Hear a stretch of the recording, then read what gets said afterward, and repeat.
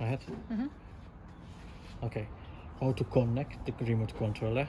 Flip it up, open up the battery holder, press the P2 button 2 times. 1, 2. Then go back to the wind sensor, make sure it's on, and press the P2 once. You will see a little sign on the left hand corner. Have you seen it? There you go. It's Wi-Fi. connected. Alright. And next step, how to manually set the sensor.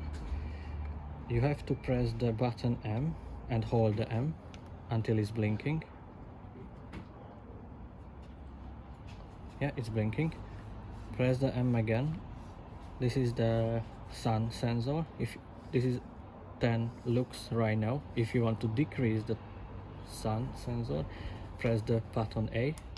Oh, it was too late again. M lux. So it says 9.9.5.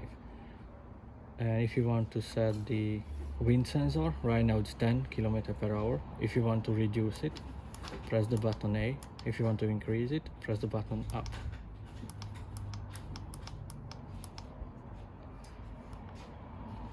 That's it.